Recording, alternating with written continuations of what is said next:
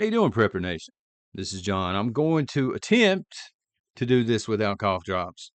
I do think it's weather related more than anything else. I feel okay. We'll see. If you were here for that spectacle yesterday, you know what I'm talking about. So let's begin. I'm getting old.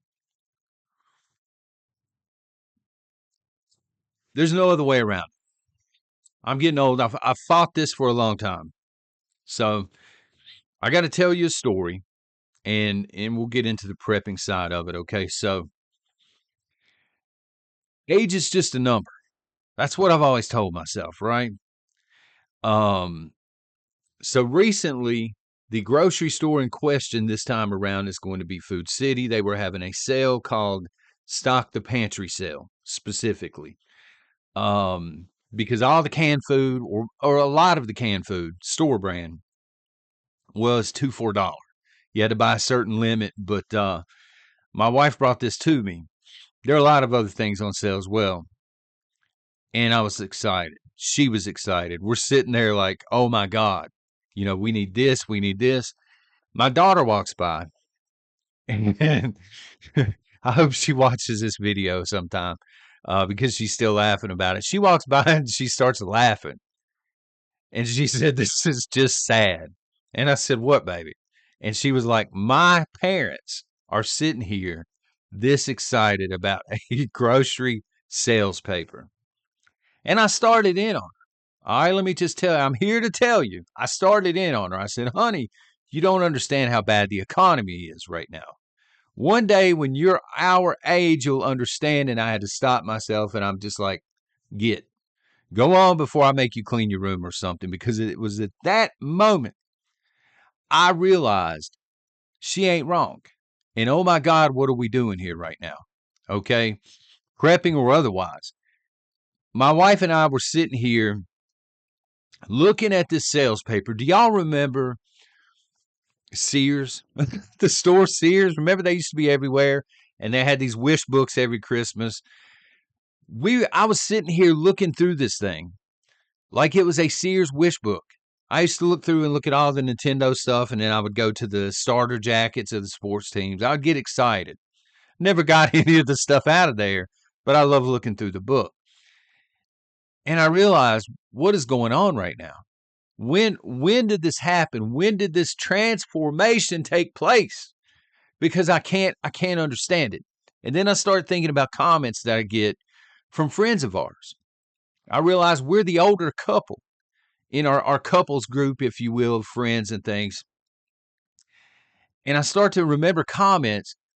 John, I wouldn't know how old you were if you didn't tell me. You look 20 years younger. And I used to think that was a compliment, but now I realize, no, I'm freaking old. So, again, blaming the economy and stuff like this, I realize we are becoming my wife's grandparents. Now, there's a story there. I grew up in a single-parent household. I didn't know how to do a lot of things when my wife and I got married. And her grandparents, though they had a lot of money, that you wouldn't know it. They were very frugal. They remembered as kids the Great Depression. And I'm sitting here thinking, Tally, her granddad, he taught me a lot of things. He taught me how to do the basic stuff on cars, how to fix mowers and weed eaters and things like this. Stuff I didn't know how to do when we'd gotten married. Excuse me. And forgot freaking cough drops too. I'm losing it. I'm telling you. I'm losing my mind over here. He got me into Westerns. I'd never really sat down and watched Westerns. Now it's one of my favorite genres and all this stuff. But I'm becoming him. I have a pair of Rockport dress shoes that I wear a lot because they're comfortable.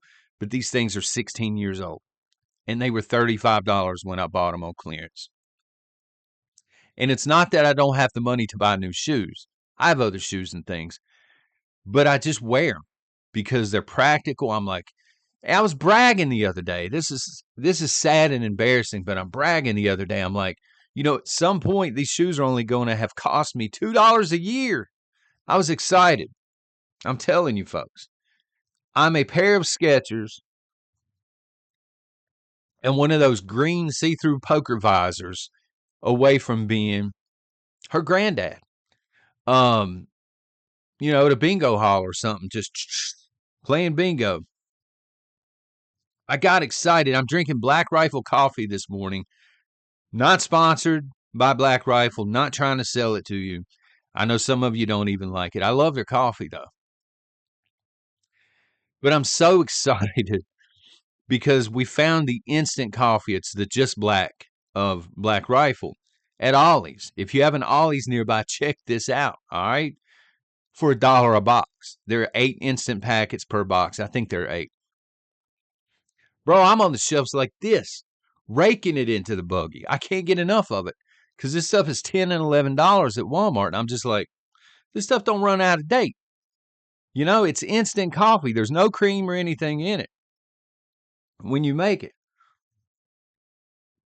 I'm like an archaeologist at this point that has found a huge batch of gold. And I'm just like, I can't get enough of it in my buggy. And my wife is like, how much of that are you actually going to drink? She's backing me off. She's like, we don't need this much. You got like 25, 30 boxes in here. I said, I'll drink it. You give it time, I'll drink it. This is well worth the money. 3 boxes at Walmart versus 30 boxes at Ollie's. I'm getting it. The question becomes, I guess, if there's a question this morning, and this is a legitimate question for you folks in the chat, especially if you're my age or older. I'm an older Gen Xer, okay? When is enough enough? And is this normal behavior for people our age? I'm asking you legitimately because she is becoming a grandmother, which I'll get into in a minute, and she is starting to realize that as well. Which is not a bad thing. These people were salt of the earth. You know what I mean? They've both since passed. But I think they taught us a lot that we didn't realize they were teaching us. That's a strange statement to make. But I think their habits maybe just rubbed off on us, and we didn't realize it. Because, again, they were very frugal. Every purchase made sense, all of this stuff, and it's kind of rubbed off on us. I think it's in a good way. But, again, I used to be worried about, Fosgate speakers. I used to be worried about amps, tricking out the hoopty car. I don't know how I got here. It seems like I blinked twice, and here I am. Now I'm excited about getting 2 cans of green beans for $1. Getting this instant coffee, 8 packets for $1. Like, I'm all in at this point, And so when is enough enough? Is this normal behavior on our part? Please let me know in the comments. Do you folks get excited when you see a super canned goods sale and they had sugar and they had salt and stuff like this, and I don't want to say we were hoarding it, because again, if you were here yesterday, I don't even like to grocery shop, but I'm helping my wife make the list. I'm very excited, like a kid at Christmas. I want this, get 2 of these, and she's getting it because she's just as excited. For a little context, okay, we are not homesteaders. We're just not. I don't really know how to explain where we're at in our prepping journey, because it really is a journey, if I'm being honest. We're prepping much more than any of our friends. A couple of our friend groups, they got onto the prepping for a while during the pandemic, but they've since jumped off the wagon. We're still, we still got a killer pantry. My wife is still canning. We're still vacuum sealing some things. But no, we don't have 5 acres of land or an acre of land even. No, we're not out here homesteading. And hats, if I had a hat, I'd take it off to the homesteaders out there, because it's freaking hard work. This is the main reason that we're not doing it. Okay, it is literally a sun-up to sundown lifestyle. Homesteaders do not play. Okay, so much respect to them. I'm not putting down homesteading. I'm just saying, we tried it for approximately a week, and we knew this ain't us. We got time for nothing. Nothing. And having 2 kids that you got to run here, that you got to run here, it's just not, it's not happening. So again, she's canning food. She's into this is why I said she's starting to remind me of her grandmother, okay, which is a good thing. Because again, they were very wise people. They pay cash on everything, and we're starting to do the same thing, right? She's into quilts. Quilts. She's got these ladders in the house, some kind of special ladder that you hang quilts on. I don't know. I just know I'm not allowed to touch them, right? I'm into Neo Geo video games, very expensive. I'm like, do not touch these, please. The quilts are her version of Neo Geo. Do not touch these. These quilts cost a lot of money, right? And now she's like wanting a sewing machine for Christmas or shortly thereafter, a quilt, a special sewing machine that can do quilts. She wants to try this. So, again, we're not homesteading, but we have some of the tendencies that maybe homesteaders do. Again, she cans things, but she only cans certain things. She does pickles because I love the pickles. She loves to do jams and jellies and green beans. Beyond that, we're not canning a lot because it does take time and it is a process, if I'm being honest. A lot of the stuff like the jams and the jellies, we're not growing. For example, the peaches, we buy them. We buy them at produce stands and things because they're all over the place here. Find a deal on them, she'll can them up. So, again, we're doing a lot. Our friends are not doing this. Our friends are going to Disney, or our friends, that we typically hang out with. They're going to strip malls to go shopping and stuff like this. This is how they are enjoying their lives. So I don't know if there's something broken inside of my wife and I. I don't know if the pandemic and pre-pandemic even broke us, or if we're doing things the right way. I really don't know. And so that's why I'm asking the chat this morning, because I know some of you got to be older than me. I know I'm old. There got to be some people out there that are beyond that, because I'm in my late 40s. Got to be people out there older than that. Are we doing it the right way? That's a legitimate question. Are we doing this the right way? When we catch things, for example, and just a random example, light bulbs. Light bulbs are getting up there in price, but when we catch them on sale, we're buying up like a year's worth at a time, and we're just putting them off to the side. And we're telling ourselves we'll save money in the long run by doing this. And we will. We will save money by doing this. And I think that her grandparents kind of rubbed off on us in this way. But at what point is enough enough? At what point do you just cut things off and you're saying you're going way overboard here for your typical prepper? Because again, we're not homesteading, right? And I guess I have realized this week with my daughter's comment above all. My daughter is she understands why we buy up and stuff like this, but she is not a prepper. She's not going to be a prepper, folks. She's into non-secular music, like she's big time into the ministry and stuff like this. I think that that's where her path is eventually going to take her into college.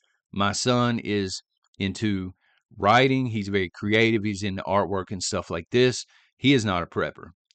So we look like crazy people in front of again, our kids kind of get it. Our friends, not so much. They don't understand why we do what we do, and why we have stockpiled what we have.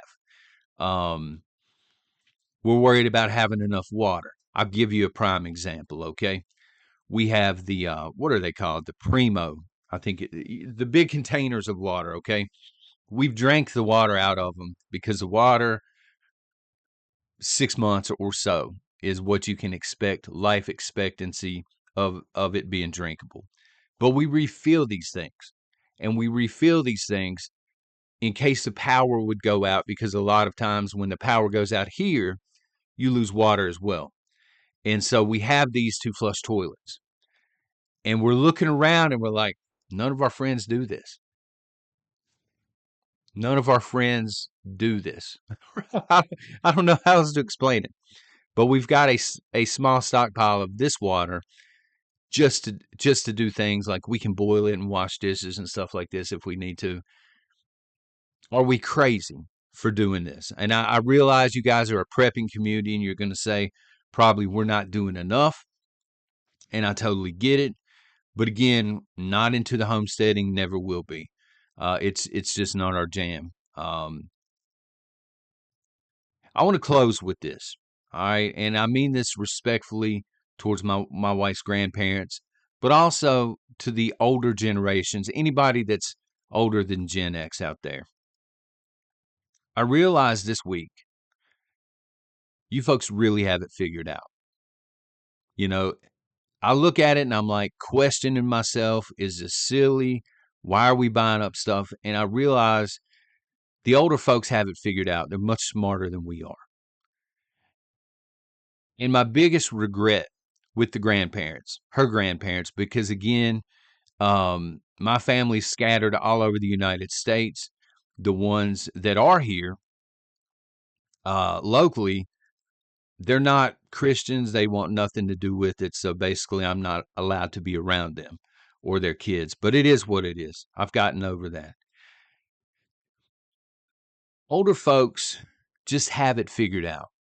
They're much smarter than I ever gave them credit for. And I wish my regret is I wish I could go back and ask more questions and learn more things, because her grandparents weren't homesteaders either, but they had everything figured out.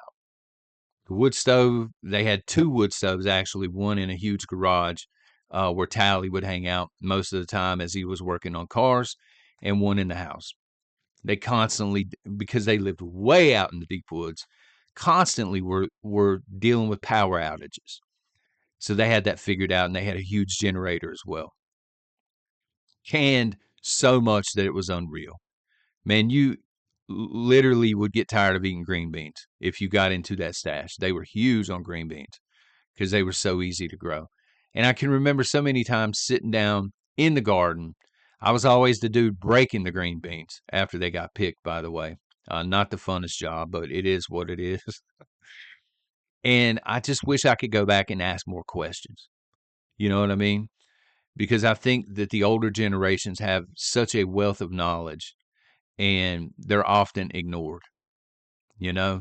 So if you're one of these people and your family's not listening to you and you're trying to get through to them, trying to explain why things are important, just understand that even though your family's not listening, maybe some of your tendencies are rubbing off on them, whether they realize it or not. That's what happened here. And you're not crazy. Okay. Some people's family will tell them they're crazy. You're not crazy. You've got things done the proper way. Just to give you a couple of examples. Okay. And then I'll go, I promise. They really, really, really drove home the point of don't use credit. Okay. He was in the military, U.S. Army. I've mentioned taking him to the VA. He couldn't hear. He could not hear whatsoever because, he was on an artillery team, I guess, in Korea, something like that. He never got into it much, but he couldn't hear because of this. And so I would take him back and forth. And I don't know. We just learned so much from these people. And I wish we could have learned a lot more. I wish we would have been more open to learning. Right. So if you're younger and you're watching this and you have somebody in your family that is older, they're not crazy. Maybe sit down sometime this week and listen to what they have to say, because I think it is a vast resource of knowledge that we can learn from. Us preppers, we like to think we're doing everything perfectly and, we can't learn anything else. And then we'll have a weather event. We realize, okay, I screwed the pooch on this. You can learn You can learn from people that have done it before. Okay, so just be open to that. That's the message this morning. I'm sorry it's all over the place, but yeah, we're turning into her grandparents, and that's not such a bad thing. Again, they stressed, don't go into debt for anything, and because of this, my wife and I lived very, very poor for about 10 years because we were squirreling away money. We bought our house with cash. We didn't have to go through a bank or anything like this. Any of the vehicles that we get with cash. So they impressed this upon us, and thankfully, because of them, we're not in a tremendous amount of debt beyond student loans. But what are you going to do about that? Joe Biden ain't giving me no slack, son. Anyway, let me know what you think in the comments. Are we crazy? Are we old? Are we doing it the right way? Are we starting to figure it out maybe? I don't know. Y'all take care and God bless.